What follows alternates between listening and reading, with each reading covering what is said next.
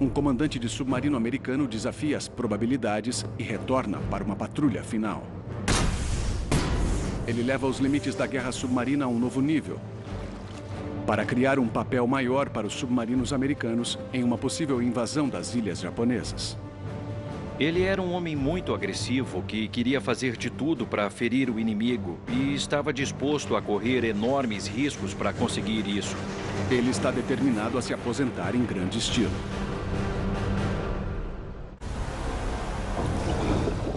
Na Segunda Guerra Mundial, uma arma submarina permite que guerreiros batalhem sob as ondas.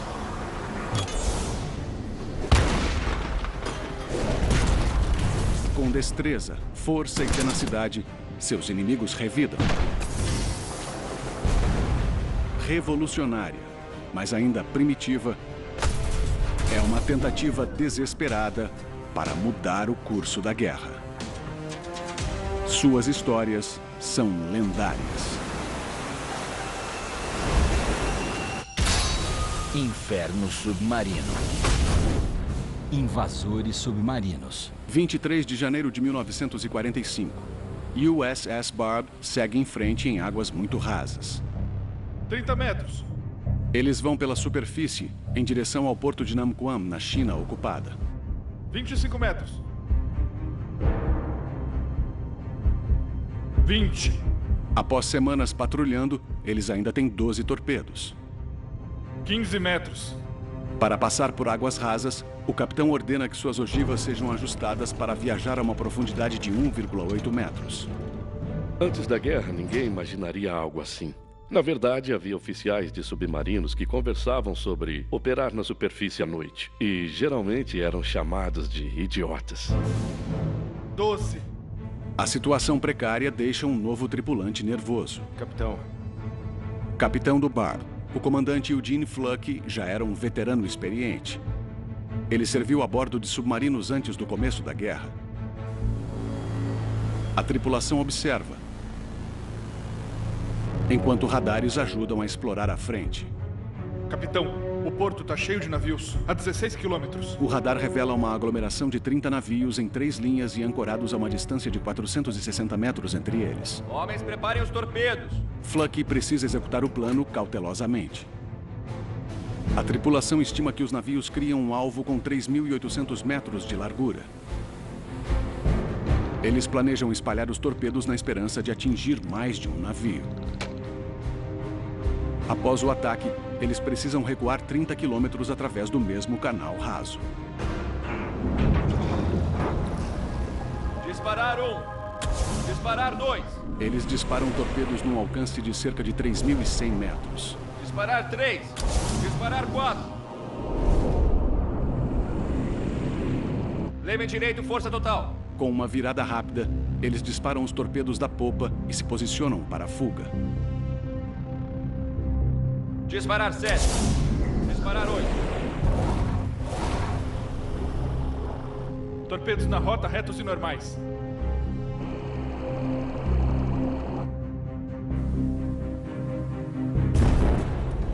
Baseados nas explosões, Fluke e a tripulação imaginam que afundaram 3, possivelmente 4 navios e danificaram mais 3.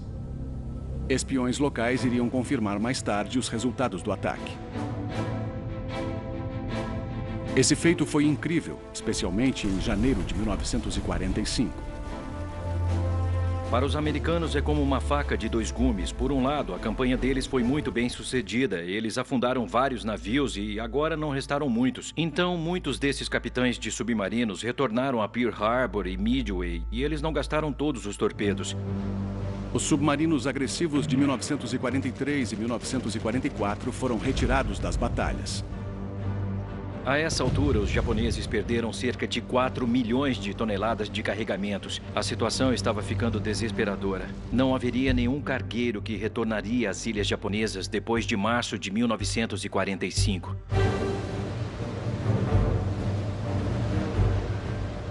O esforço perspicaz de Fluke deu resultado. Quando o USS Barb retorna para a Califórnia para uma vistoria, metade da tripulação recebe um mês de licença. Fluke é chamado a Washington e recebe a medalha de honra. a mais alta honraria militar americana. Ela se soma à Cruz da Marinha e citações presidenciais por patrulhas anteriores. Mas agora, o alto escalão da Marinha hesita em enviar alguém que recebeu a medalha de honra para uma patrulha por medo de que ele não retorne. A aprovação inicial do Lockwood para a 5ª Patrulha do Fluckey foi graças à admiração que ele tinha pelo enorme sucesso que ele havia obtido. Ele começa a ter dúvidas. Os psiquiatras dizem que é um plano ruim. Eles tentam designar o USS Barbie para uma área de patrulha segura, longe do perigo. Mas Fluckey quer testar algumas ideias em que ele vinha trabalhando. Mesmo quando ele era um aspirante a comandante, ele pensava em novas ideias para usar o submarino, incluindo bombardear a costa, ataques com mísseis e grupos de embarque. Lockwood finalmente cede. No fim, ele percebe que a visão do comandante Fluckey sobre o uso do submarino pode representar um nicho para as forças submarinas. Junho de 1945. A batalha por Okinawa, no sul das ilhas japonesas, continua. Ninguém sabe ao certo quanto tempo a guerra vai durar. Comandante Fluckey e sua tripulação partem de Pearl Harbor, na 12ª Patrulha de Guerra do USS Barbie. Fluckey rapidamente demonstra que ainda confia em si mesmo. Ele faz uma aposta com um tripulante que eles irão afundar 15 embarcações durante a patrulha. Mas a essa altura da guerra, encontrar 15 embarcações para afundar não será fácil. Senhor, chegou uma mensagem. Fluckey recebe uma mensagem de Lockwood. Contém a ordem de chamar atenção ao longo da costa leste do Japão para que as patrulhas aéreas e terrestres japonesas fiquem longe do Estreito de La Pérouse. Um grupo de 9 submarinos americanos precisa escapar das águas japonesas. E La Pérouse é o canal entre Hokkaido e o território japonês. Fica ao sul da Sakhalina. A Marinha Imperial Japonesa mantinha sua fragata ancorada lá o tempo todo. O trabalho do USS Barbie será atuar como isca para chamar a atenção dos navios japoneses. Indo em direção à costa leste do Japão a toda velocidade, Fluckey está pronto para armar uma distração. USS Barbie está armado para uma campanha de perseguição como nenhum outro submarino jamais esteve.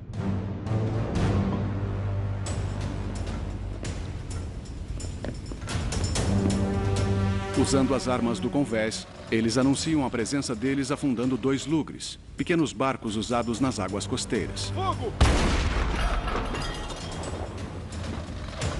Fogo!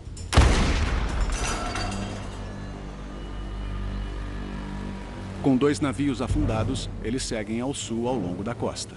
Fluckey sabia que os japoneses tinham poucos recursos. Se ele aparentasse estar em vários lugares num período curto, eles dividiriam esses recursos ainda mais. A missão de bater e correr de Fluckey teria outras consequências não intencionais nos movimentos das tropas japonesas.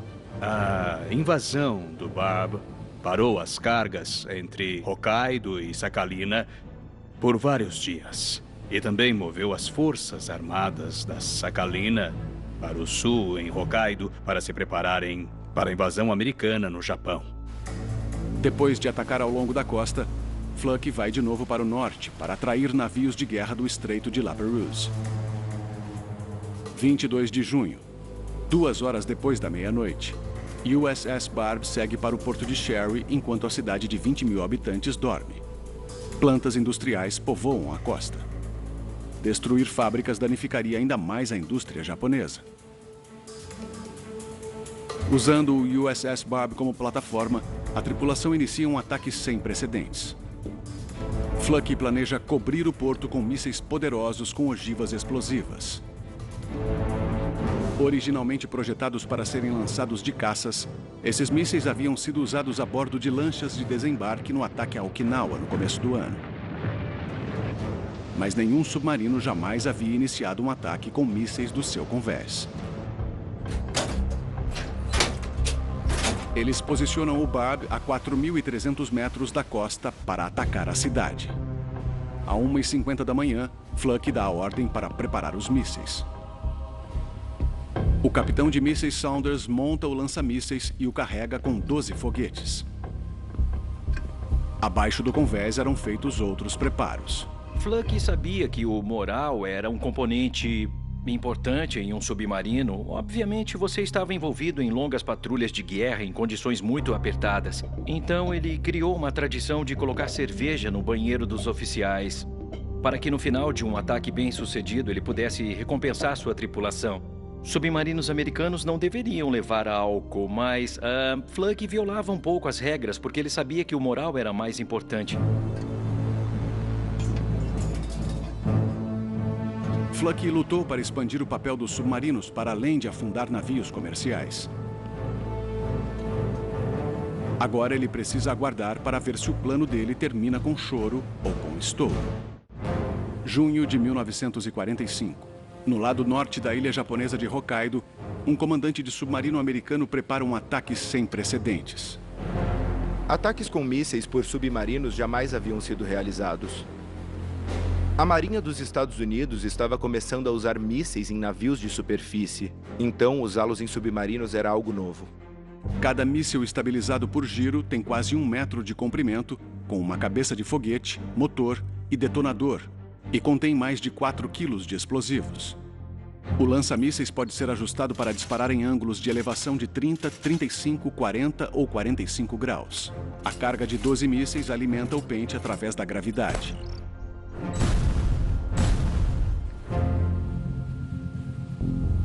Lançar mísseis! Uma explosão de luz branca ilumina o convés, enquanto 12 mísseis decolam. E depois desaparecem no céu noturno. O silêncio é rompido pelo estrondo das explosões. O USS Barb escapa antes que as forças inimigas cheguem ao local. Enquanto eles seguem o caminho até o oceano aberto, Fluck e a tripulação comemoram o feito. Toma aí, toma aí. Dá mais uma. Toma aí. Isso aí. Saúde. Saúde. Saúde. Viva. Enquanto o Barb segue até sua próxima missão, o comandante Fluck recebe uma mensagem do quartel-general confirmando o sucesso deles. 3 destroyers japoneses partiram de La Pérouse para vasculhar a costa norte de Hokkaido. E mais importante, o rastro de destruição do Barb chamou a atenção do inimigo. Enquanto barcos caçam o Fluck e seus homens, os outros submarinos americanos conseguem escapar na superfície pelo estreito de La Pérouse. A distração de Fluck funcionou. Liberem o convés!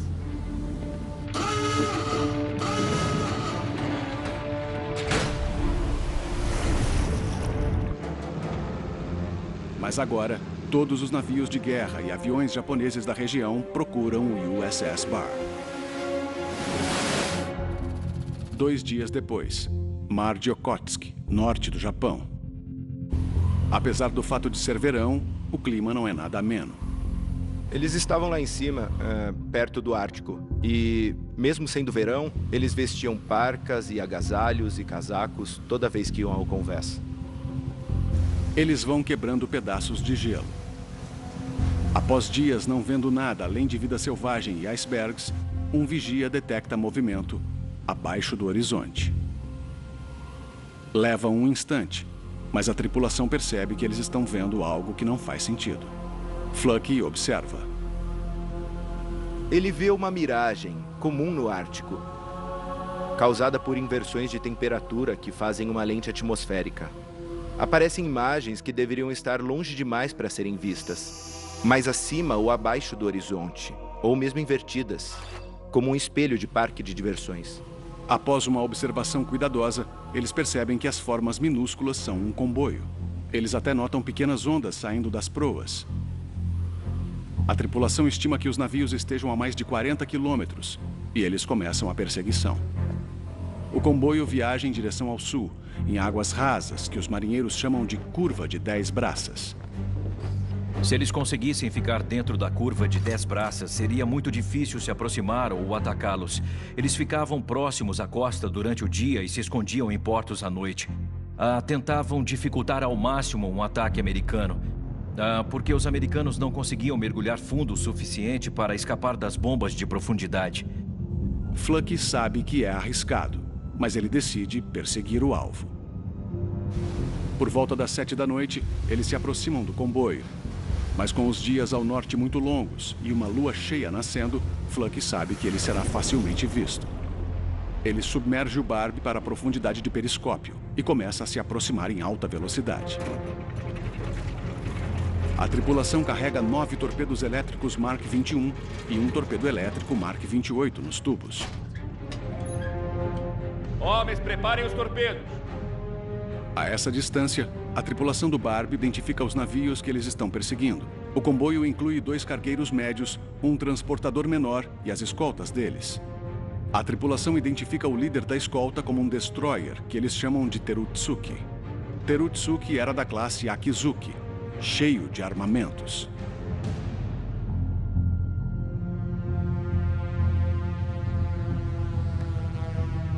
A configuração para um ataque ao comboio parece ideal.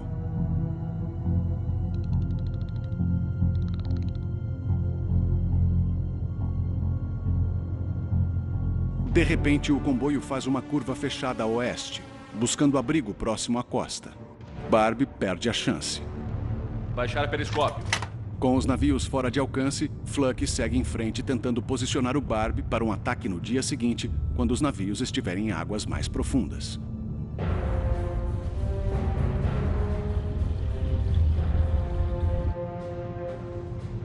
Pouco antes das 8 da manhã do dia seguinte, eles veem o comboio novamente. Em pouco tempo, um avião de patrulha aparece. O avião antissubmarino tem uma vista perfeita do casco cinza do submarino contra o fundo raso do oceano.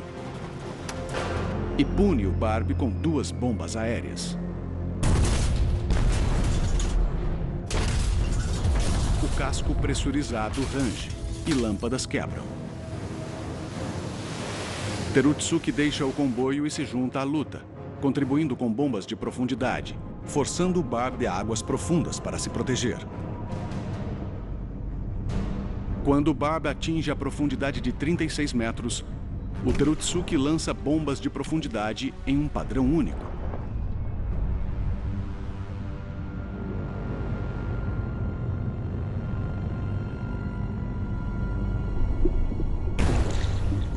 Elas detonam acima, abaixo, a popa e a bombordo, explodindo ao redor deles.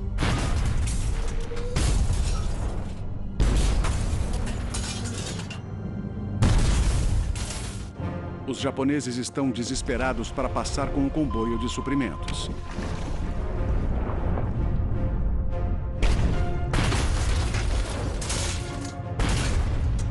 Destruir o USS Barbie vai proteger a carga preciosa. 27 de junho de 1945. O USS Barbie está sendo atacado próximo a uma ilha remota no norte do Japão. O comandante Eugene Fluck precisa achar um jeito de fugir da escolta do comboio. Ele entra em água mais profunda, torcendo para deixar seu submarino menos visível para o avião. Fluck também espera desviar das bombas de profundidade, e ele tem uma nova tecnologia que pode ajudar. Um indicador da direção de bombas de profundidade usa um sonar para determinar a direção das explosões. Hidrofones, chamados de blast phones, são colocados no exterior do submarino. Estibordo, bombordo, à frente, à popa, um acima e 2 abaixo. Quando uma bomba de profundidade explode, os hidrofones mais próximos detectam a onda de impacto. Então, um monitor dentro do submarino é ativado. Proa para cima. A tripulação do Barbie traça os padrões das bombas de profundidade e usa as informações para se distanciar. E o ataque acaba. Mais tarde naquela manhã, o Barbie faz meia volta para manter contato com o comboio, enquanto tenta evitar sua proteção aérea. Mas as forças japonesas estão alertas e o Barbie é forçado a submergir várias vezes por conta do avião. No dia seguinte, o Barb novamente submerge por causa dos aviões de patrulha e navios de escolta. Fluck quer ter outra chance de acertar o comboio. Então, ao invés de fugir, o Barb permanece submerso. Como um submarino da classe Gato, o Barb só pode permanecer submerso por um período de tempo. Quando submersos, os motores são movidos à bateria e só podem ser recarregados na superfície. O oxigênio também pode acabar. A tripulação não essencial era confinada aos seus beliches para minimizar o quanto eles respiravam.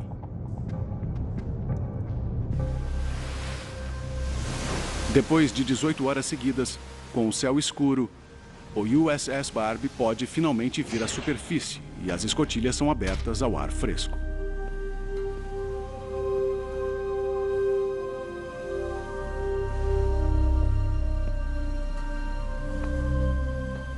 A tripulação respira e começa a recarregar as baterias.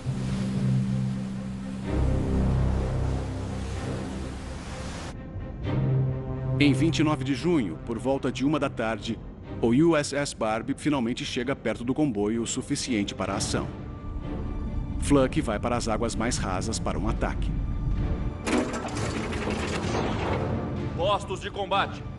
Novamente, o Terutsuki se vira em direção ao USS Barb, com um avião antissubmarino não muito distante de sua proa. Fluck precisa passar pelo destroyer para chegar perto o suficiente para atacar o comboio. Ele prepara um tiro difícil contra a parte mais estreita do navio que se aproxima. Baixar periscópio. Mas 5 bombas de profundidade do avião estremecem o submarino.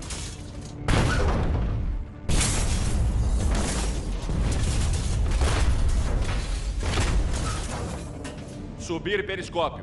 Fluck decide ignorar as bombas e continua o ataque. Mas o sonar registra que o torpedo fica em silêncio. Não há o que rastrear. Droga! Fluck prepara outro tiro. Disparar 7. Disparar 8.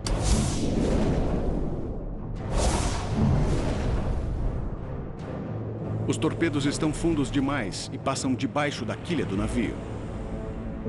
O Terutsuki agora passa diretamente acima. Baixar periscópio. É melhor se segurar. Outro grupo de 8 bombas de profundidade cai sobre eles.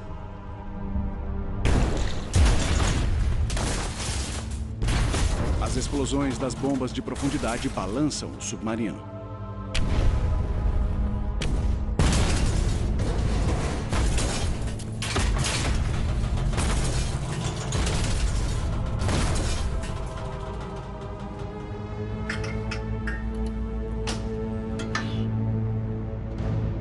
Apesar das bombas de profundidade, Fluck dispara outro torpedo.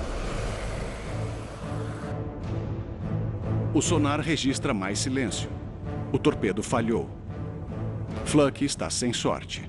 O alvo está a 1.200 metros. Ele prepara outra rodada de torpedos, mas não consegue dispará-los antes do submarino ser chacoalhado por mais bombas de profundidade.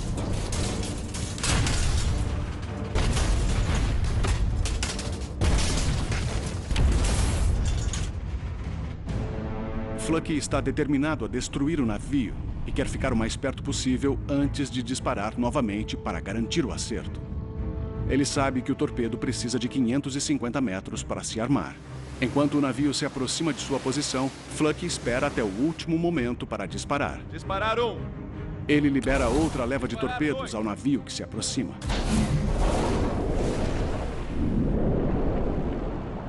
Novamente, todos os torpedos passam debaixo do Terutsuki. Que droga! Erramos.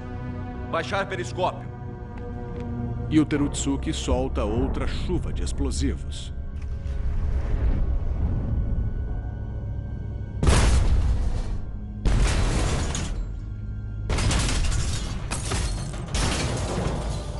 O comandante Fluck está numa situação desesperadora.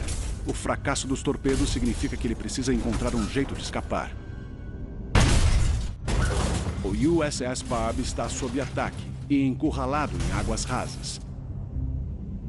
Escapar não será fácil. Fluck tem uma opção. Uma isca. Há várias manobras que você pode fazer para tentar escapar de um feixe sonar. Mas também pode tentar fazer um submarino falso para atrair a atenção do sonar e te deixar sair da área. Durante a Segunda Guerra Mundial havia vários tipos de iscas, criadas para produzir um eco semelhante ao de um submarino. Fluck ordena que a tripulação lance as iscas mecânicas da embarcação, criando uma nuvem de bolhas do tamanho de um submarino. Lado dianteiro por 40 segundos. Remo direito, força total. Em uma tentativa desesperada de sair de lá vivo, o USS Barb executa uma série de curvas bruscas, ao mesmo tempo que solta iscas que enchem o mar com sons e bolhas. Parada completa. Remo esquerdo, força total. 1 minuto.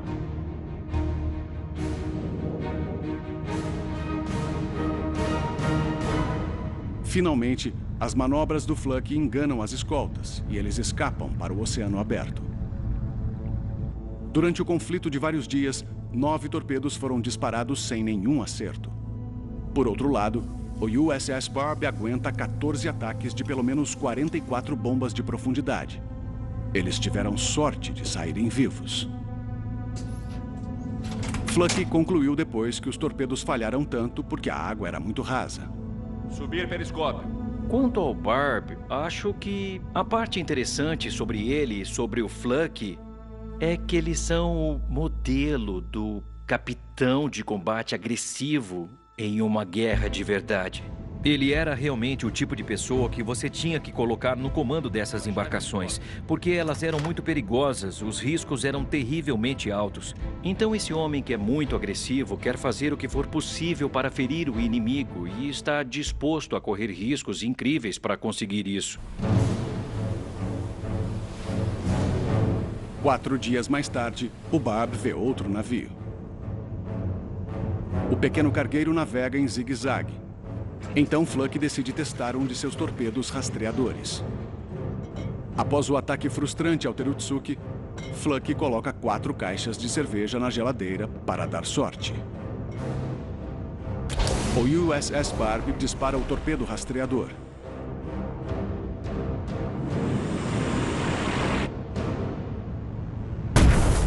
Ele atinge o alvo. Foi bem no alvo. Fluck ordena que o Barb venha à tona. O cargueiro está afundando rápido. Barb está cercado de detritos do barco, o que dá uma ideia ao Fluck.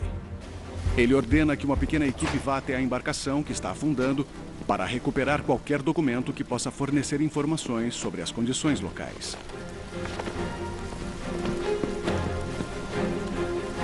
Mais tarde, enquanto eles estudam alguns dos mapas, percebem que tiraram a sorte grande. Os mapas que o Barb possuía da área já tinham décadas, e os mapas dos japoneses eram bem mais novos. E o mais importante, eles identificaram os campos minados colocados pela marinha japonesa. De 29 de junho a 18 de julho, Fluck usa seu arsenal completo de mísseis, armas no convés e torpedos.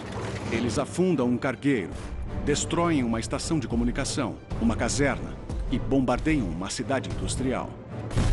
Não há nenhuma resposta militar, por uma boa razão. Com a queda recente de Okinawa em 21 de junho, a guerra havia entrado em uma nova fase. O governo japonês e o quartel-general imperial começaram a preservar todos os bens e recursos, se preparando para a invasão americana. Então, se algo acontecesse, nada de resposta. Sem ação militar. Então, mesmo sabendo que submarinos americanos estavam lá, eles os deixaram lá. Relatórios dos ataques do exército japonês chegam a Lockwood, que por sua vez exige um relatório das atividades do Barb.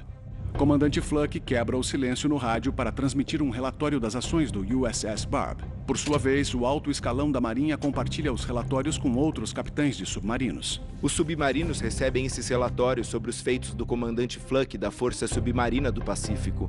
E ele já era famoso, ele recebeu a medalha de honra. Mas isso é somado à sua lenda. Mas Fluck ainda não terminou. Ao invés de descansar sobre sua glória, ele continua forçando o ataque. Ele tem mais uma ideia para testar. Uma que vai definir seu legado.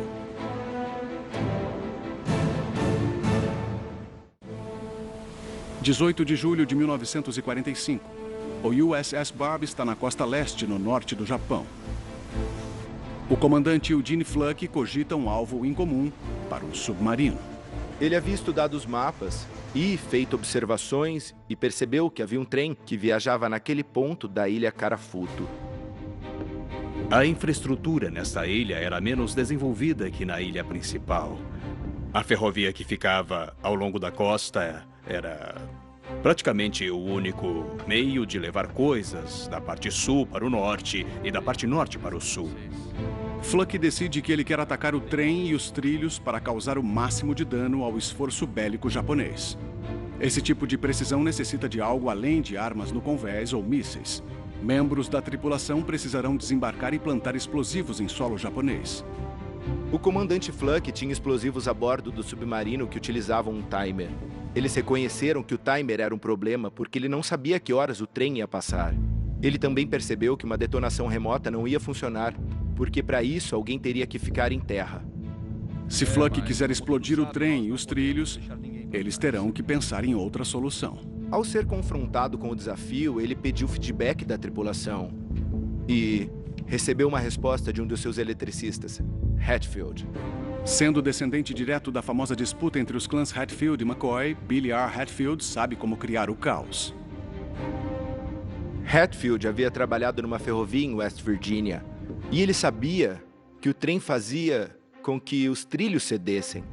E ele propôs colocar um microbotão debaixo dos trilhos para servir de fonte de detonação.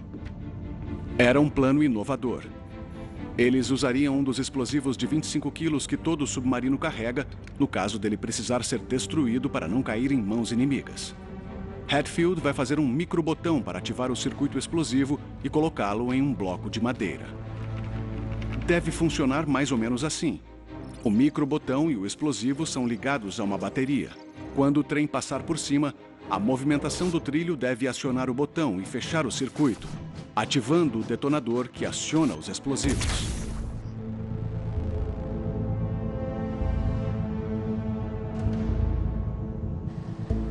Por 4 noites, eles se preparam, observando o trem e torcendo por uma virada no tempo. O comandante Fluke estava esperando por uma noite nublada. Aquela época do mês era quase lua cheia. E isso é ótimo para os namorados, mas péssimo para desembarcar tropas. Ele usava esse tempo de espera pelas condições ideais para treinar a tripulação com as armas, o equipamento e as ferramentas que eles precisariam. E a tripulação fabricava algumas ferramentas usando as próprias chapas do convés, cortando-as em forma de pá ou picareta. Em 22 de julho, após 4 noites iluminadas pela lua, o barômetro cai e nuvens aparecem. Como em outras missões, ele pede que 4 caixas de cerveja sejam colocadas na geladeira.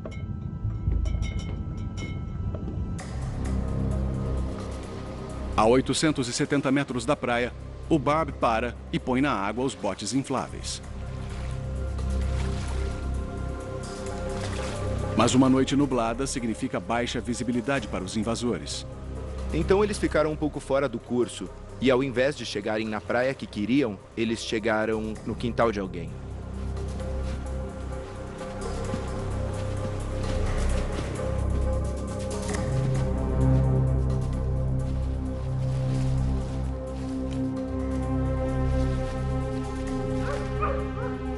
Um cachorro latiu, uma luz se acendeu. Claro que causou um pouco de ansiedade.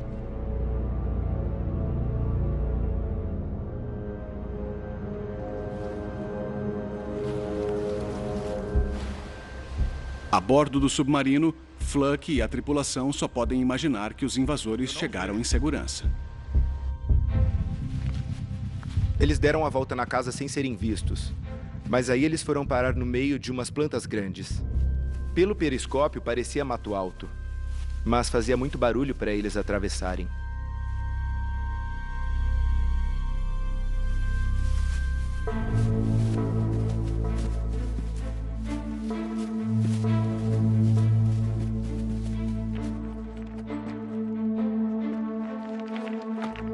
Os homens finalmente chegam aos trilhos, onde 3 vigias ficam de prontidão. Enquanto isso, 3 pessoas tiram as pedras com as ferramentas que eles haviam feito a bordo.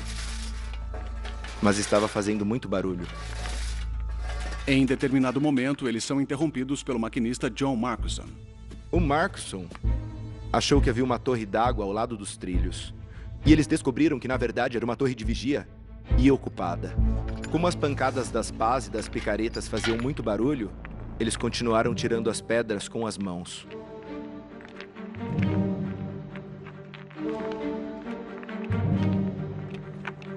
Mas antes de terminar o buraco, uma locomotiva sentido norte surge de repente da escuridão na direção deles.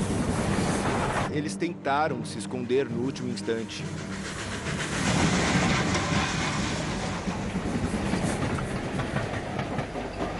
Quando o trem passou, o maquinista estava com a cabeça para fora da janela. Eles pensaram que tinham sido descobertos. Quando o trem vai embora, os homens voltam a cavar. Eles fazem espaço para a bomba e para a bateria.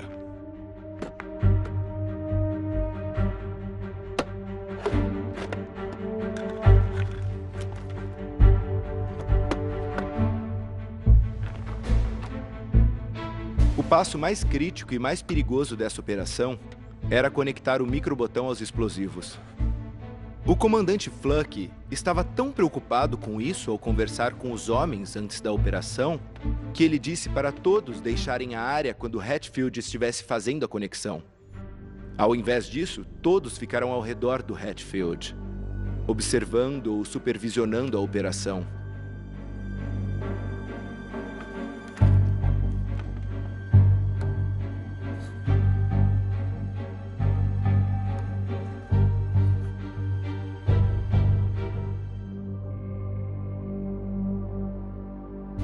Com a bomba conectada, os invasores correm para os botes.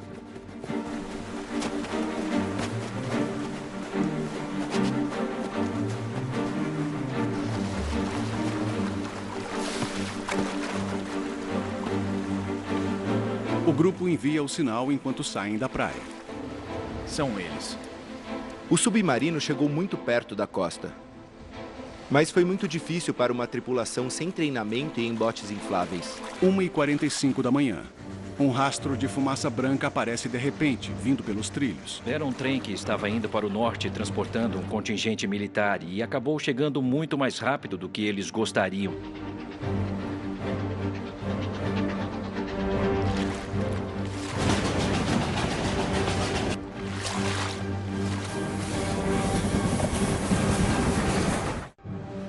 23 de julho de 1945. Karafuto, norte do Japão. O submarino americano USS Barb rompe barreiras quando a tripulação transformada em invasores tenta se tornar a primeira tripulação de submarino a atacar um trem. Mas enquanto eles escapam, o trem vem pelos trilhos em direção ao explosivo que eles acabaram de plantar. E quando o trem se aproxima, tudo que podem fazer é parar e olhar.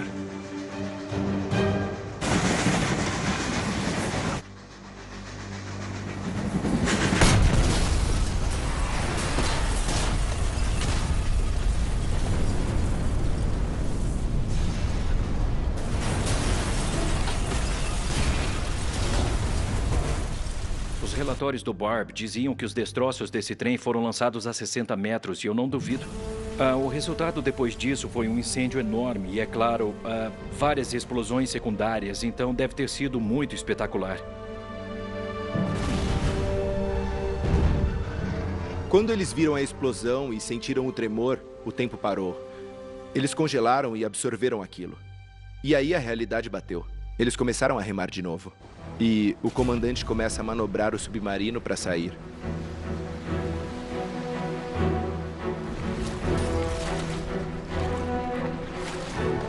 Os invasores conseguem voltar e embarcam no Barb em segurança.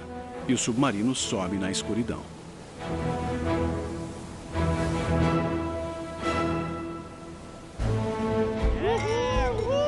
De volta ao mar, a tripulação comemora seu triunfo histórico.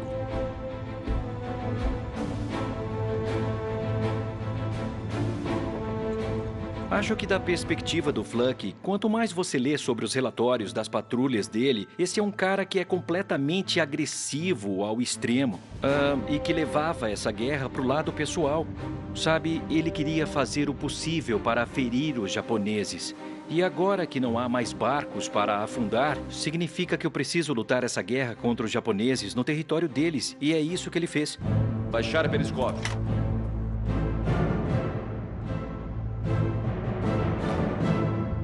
Enquanto isso, os boatos chegam a Lockwood. Ele gostaria de saber o que o Barb anda fazendo. O almirante Lockwood queria outro relatório do Barb, mas o comandante Fluck hesita em mandar um porque a parte logística do relatório incluiria 0 torpedos.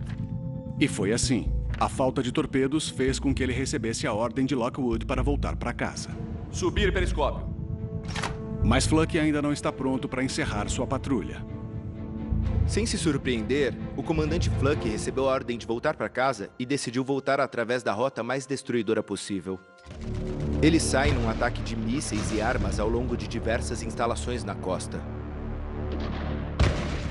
Finalmente, ele chega ao ponto em que gasta toda a munição, todos os torpedos, e ele falha ao afundar uma embarcação.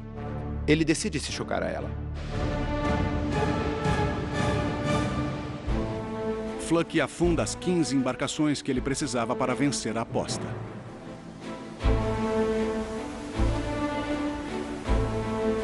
Em 2 de agosto de 1945, o USS Barb retorna ao porto.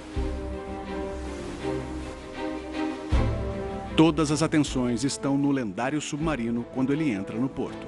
Quando Barb voltou a Midway, ele não tinha apenas sua bandeira normal de batalha, com todas as adições recentes, incluindo o trem. Eles tinham uma corda com flâmulas menores que representavam todas as sampanas que foram destruídas em um dos bombardeios na costa. O capitão-tenente Cornelius Callahan está no pier, pronto para assumir o comando do USS Barb para a próxima patrulha. Mas a próxima patrulha nunca se concretiza. 4 dias depois, uma bomba atômica é lançada em Hiroshima. 1 semana depois, o Japão se rende. A guerra acabou para o Barb e sua tripulação. O comandante Fluck e a tripulação dele receberam um número incrível de condecorações. Além da medalha de honra dele, foram 6 cruzes da Marinha, 23 estrelas de prata, 23 estrelas de bronze, uma citação presidencial de unidade, uma citação da Marinha de unidade e outras condecorações individuais. Apesar de todas as condecorações, tem uma que a tripulação do Fluck nunca recebeu. O maior orgulho do comandante Fluck é a única condecoração que a tripulação dele não recebeu, que é o Coração Púrpura. Nenhum dos marinheiros dele foi morto ou ferido pelo inimigo durante o tempo dele no comando. Outro submarino recebeu o nome do USS Barb após a guerra. Eugene Fluck continuou servindo na Marinha. Ele foi promovido a contra-almirante em 1960 e, nesse posto, foi o responsável pelo desenvolvimento do programa de mísseis balísticos a bordo de submarinos. Os ataques com mísseis foram sem precedentes, e isso chegou até a nossa tecnologia atual.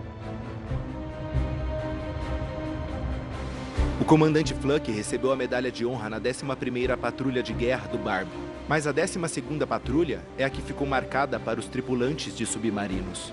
O fato dele ter enviado os marinheiros dele para explodir o trem é algo extremamente lendário.